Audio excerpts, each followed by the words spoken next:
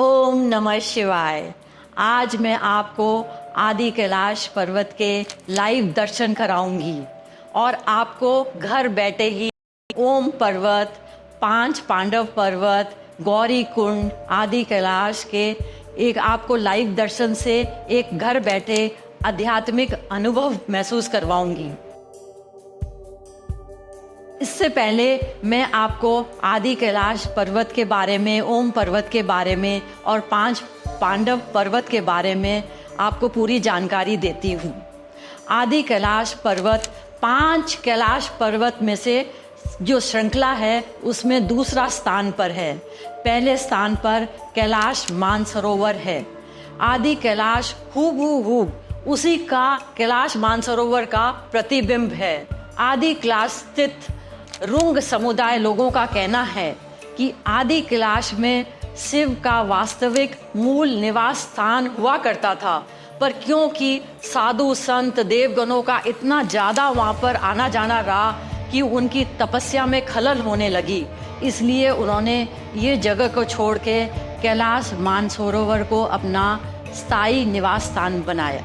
पुराने शास्त्रों में कहा गया है कि शिव पार्वती का विवाह का ये मुख्य पड़ाव था। इस जगह को शिव को अर्दली होम मतलब सांसारिक स्थान के रूप में भी माना जाता है शिव का। यहाँ पर शिव ने अपने दिव्य रूप को प्रस्तुत किया था और माता पार्वती से एक अटूट बंधन कायम किया था। कहा जाता है कि शिव ने माता पार्वती को अपने प्रति भक्ति आस्था की परीक्षा यहीं ली थी और माता पार्वती को गहरा लगाव जो कि शिव से था, उसका जो आध्यात्मिक जो उनका भाव था उनकी प्रति, वो जानने की कोशिश करी, क्योंकि वो बहुत ज़्यादा उनसे शादी के लिए व्याकुल हो रही थी। पर इस समय शिव जी शादी के लिए तैयार बिल्कुल नहीं थे, क्योंकि वो अपने तपस्या और अध्यात्म में इतने मगन थे। शिव जी ने फिर पार्वती माता को कुछ कठिन कार्य दिए परीक्षा लेने के लिए कि उनकी आस्था उनके प्रति सच्ची है कि नहीं है। पार्वती माता जो कि खुद भी एक तपस्विनी थी, तो उन्होंने क्या वो कार्य को सकुशल पूरा किया। शिव जी उनकी भक्ति और साधना से इतने प्रसन्न हुए कि वो शादी के लिए मान गए। आदि कैलाश ये जगह वही जगह है जहाँ कॉस्मिक डांस, लौकिक नृत्य, कौनसा तांडव किया था और अपने दिव्य रूप को ऋषि अष्टवक्र को बताया था। लेक ऑफ कंपैशन या जोगलिंगकोंग लेक, उसको गौरी कुंड के नाम से भी मान्यता दी गई है। राक्षस जलंधर से लड़ाई करने से पहले माता पार्वती ने इस कुंड में स्नान किया था और अपनी दिव्य शक्ति को अर्जित किया था, तभी तो वो राक्षस को हरा पाई। इस पानी में हीलिंग प्रॉपर्टीज मतलब एक चिकित्सक गुण भी हैं इस पानी में। कहते हैं कि स्वर्ग से दिव्य लोग भी आके इस कुंड में नहाते हैं। पार्वती सरोवर बर्फ में जमा रहता है, पर अधिकतर ये लोगों का ये मानना है कि ये सरोवर जो पार्वती सरोवर है, ये मानसरोवर लेक का एक छोटा सा रूप है। लोगों की मान्यता ये है कि यहाँ पर स्नान करने से इच्छा पूर्ति होती है। दोनों लेक जो दोनों नदियाँ हैं, पार्वती कुंड और गौरी कुंड, ये दोनों यहाँ के जो क्षेत्र का पर्यावरण संतुलन है उसको बनाने में कामयाब रहती है। यहाँ पर एक ओम पर्वत है जिसमें ओम की आकृति बनती है।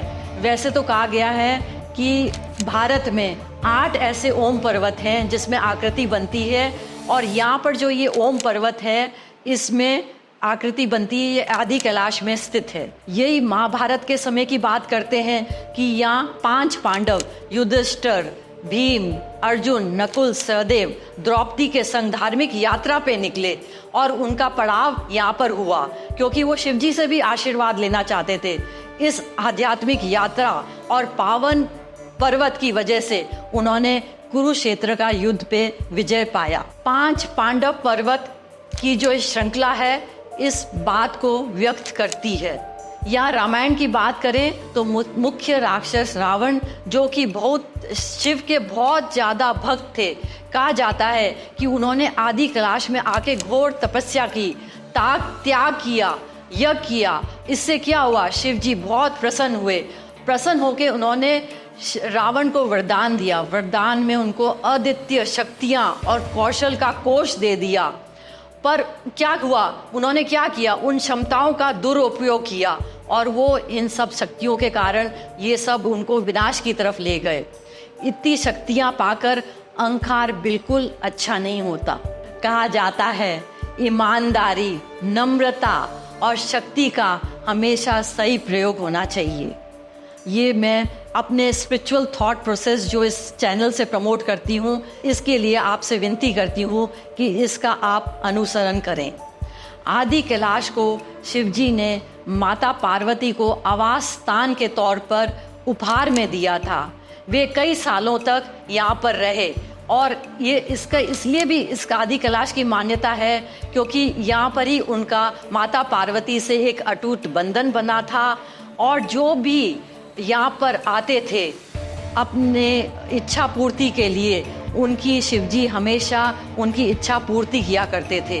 कहा जाता है कि आदि कैलाश एक रहस्यपूर्ण आकर्षण का केंद्र बना हुआ है और मैं चाहूँगी कि आप सब लोग वहाँ पर एक बार जाकर उस एक आध्यात्मिक अनुभव करें। आज हमारे बीच में मिस्टर रवि हैं जो कि हाल ही में आदि कैलाश की यात्रा पे गए थे और उनसे पूरा विवरण जानने की कोशिश करते हैं। नमस्कार मिस्टर रवि। नमस्कार। आप बताइए कि आपने जो ये यात्रा कही है कहाँ से शुरू करी थी और आपके क्या क्या एक्सपीरियंस रहे, वो फ्लाइंग एक्सपीरियंस क्या क्या रहे, वहाँ तक आप बताइए। मैं यहाँ से यात्रा पिथौरागढ़ से चालू होती है। पिथौरागढ़ का यहाँ से कोई फ़्लाइट नहीं है, तो मैंने हल्द्वानी तक ट्रेन से गया और हल्द्वानी से हेलीकॉप्टर पिथौरागढ़ लिया। पिथौरागढ़ फिर मेरा मेडिकल चेकअप हुआ क्योंकि 50 साल से ऊपर व्यक्ति का मेडिकल चेकअप कराना पड़ता है। तो मेडिकल चेकअप हुआ और उसके बाद फिर अगले दिन हम गुंजी के लिए निकले, जो कि करीब 30 मिनट की हेलीकॉप्टर राइड है। गुंजी में हमें क्योंकि 10,500 फीट पे है तो हमें एक्लेमेटाइजेशन के लिए एक दिन रोका गया। फिर अगले दिन से हमारा जो टूर था वो चालू होना था, पर अगले दिन मौसम खराब होने से हेलीकॉप्टर नहीं उड़ पाया। फिर एक दिन हमें और एक्स्ट्रा लग गया उसमें और फिर अगले दिन हम ओम पर्वत और आदि कैलाश दोनों एक ही दिन में हमें उन्होंने हेलीकॉप्टर वालों ने कराया। ये बहुत अच्छा एक्सपीरियंस है, बहुत कम टाइम लगता है और बहुत कंफर्टेबल है। और केवल पर मौसम का थोड़ा ख्याल रखना पड़ता है कि मौसम अगर ख़राब हो तो आपको 1 या 2 दिन ज़्यादा लेके चलने चाहिए। नॉर्मली ये 4 दिन में कंप्लीट हो जाता है। आपने स्नोफॉल भी देख लिया, वहाँ पर स्नोफॉल भी हुआ था और मौसम काफ़ी आग लगने की वजह से स्मॉग भी काफ़ी आ गई थी, तो हेलीकॉप्टर भी एक दिन वापसी आते हुए नहीं उड़ा, आप बता रहे थे। जी, क्योंकि उधर ये थोड़ी सी त्रासदी है कि वहाँ के लोग समझ नहीं पा रहे और अपने थोड़े से फ़ायदे के लिए जंगल जला देते हैं, जिससे धुआं बहुत हो जाता है और उसकी वजह से मौसम भी ख़राब होता है, पर्यावरण को भी नुकसान होता है और ये हेलीकॉप्टर वगैरह उड़ नहीं पाते। हालांकि ये ट्रिप जो बनाया गया इसलिए है कि वहाँ के लोगों को रोज़गार मिले, कि ऑफ सीज़न में भी लोग टूरिस्ट यात्री उधर जाएं तो रोज़गार मिले, पर ये इन सब आग लगने की वजह से टूरिस्ट कम हो जाएगा वहाँ। और आप इतनी ऊंचाई पे गए तो क्या आपको ऑक्सीजन की कमी महसूस हुई कि आपको कुछ लगा कि मेरे को सांस आने में दिक्कत है या ऐसे? नहीं, जो गुंजी है वो 10,500 फीट की ऊंचाई पे है और जो आदि कैलाश और ओम पर्वत है वो 14,500-15,000 फीट की ऊंचाई पे है। पर अगर आप अपना ध्यान से थोड़ा बहुत व्यायाम करते हैं या योगा करते हैं तो इस तरीके की दिक्कत नहीं महसूस होती। अच्छा, और वहाँ के लोग कैसे हैं? क्या मतलब हेल्पफुल हैं लोग? बहुत ही सरल लोग हैं और बहुत ही, आप उधर सबसे अच्छी जो चीज़ देखने वाली है वो ये है कि वहाँ के लोग हमेशा मुस्कुराते हुए मिलेंगे आपको। बहुत कम के अंदर वो इतना कंटेंट है कि यहाँ जो एकदम अलग ही एक्सपीरियंस है। और जो मौसम और इतनी शांति है वहाँ पे कि चिड़िया की चहचहाट, नदी की बहने की आवाज़, जो शहर में तो सोच भी नहीं सकते। बिल्कुल बिल्कुल। और आपका अब बताइए कि ये आध्यात्मिक जर्नी कैसी रही? मतलब आपको कुछ मतलब एक अनुभव क्या रहा, आध्यात्मिक अनुभव क्या रहा? उधर इतनी शांति है, और जिस वक्त हम गए वहाँ पे यात्री भी बहुत कम थे, क्योंकि यात्रा जब केदारनाथ के पट खुलते हैं, जो कि साल 10 मई से खुले, उसके बाद चालू होगी। तो हम जब जाते थे तो उधर 10 या 15 लोग ही एक बार में होते थे, और इतनी शांति, और उधर एक एनर्जी आप फील कर सकते हैं कि वाकई भगवान किसी भी रूप में वहाँ पे मौजूद है। हाँ। जो कि आपको एक किस्म की एनर्जी, पॉजिटिव एनर्जी दे रहा है, और जब उसको आप महसूस करते हैं तो एकदम अलौकिक आनंद आता है। तो और आप 2 दिन वहाँ पर रहे, और 2 दिन के बाद आपको नीचे आने में कोई तकलीफ हुई? हाँ, वो आग लगने की वजह से हेलीकॉप्टर वापसी में हमें नहीं मिला, तो हमें वापसी में बाय रोड आना पड़ा। तो करीब 8 से 10 घंटे लगते हैं गुंजी से पिथौरागढ़ आने में, और पिथौरागढ़ से दिल्ली आने में भी 10 से 11 घंटे लगते हैं। पर इसका एक फ़ायदा हुआ कि हम जब उधर से निकले तो उधर के गाँवों में रुकते गए, तो लोगों के बारे में और ज़्यादा जानकारी मिली, कैसे लोग रहते हैं, क्या चीज़ का काम करते हैं, क्या चीज़ की उपज होती है। तो कुछ उधर नई जड़ी बूटी, नई किस्म की दाल, उनका खाना पीना बहुत अच्छा। और जैसे आप बता रहे थे कि वहाँ के जंगल के कुछ फ्रूट्स होते हैं। जी, वहाँ पे एक काफल करके बोलते हैं, वो कहते हैं पेट के लिए बहुत अच्छा होता है। अगर अपने शहर से कंपेयर करें तो कुछ कुछ फालसे जैसा होता है, पर वो एकदम ऑर्गेनिक उधर उगता है और बहुत टेस्टी होता है। और वहाँ की जो दालें, जैसे ये कुरुद की दाल और ये जैसे ब्लैक सोयाबीन की दाल, जो ऑर्गेनिक दालें हैं, वो भी वहाँ पर ही उगती हैं, और वो भी मतलब बहुत वहाँ पे उगती हैं, और उसके कई मेडिसिनल फ़ायदे हैं, जो कि मुझे उधर रोड के ट्रेवल करने में ही पता लगा कि एक जो दाल है, उससे अगर आप उसका पानी पिए तो आपकी पथरी का इलाज हो सकता है। कुरुद की दाल जो कुरुद की दाल से।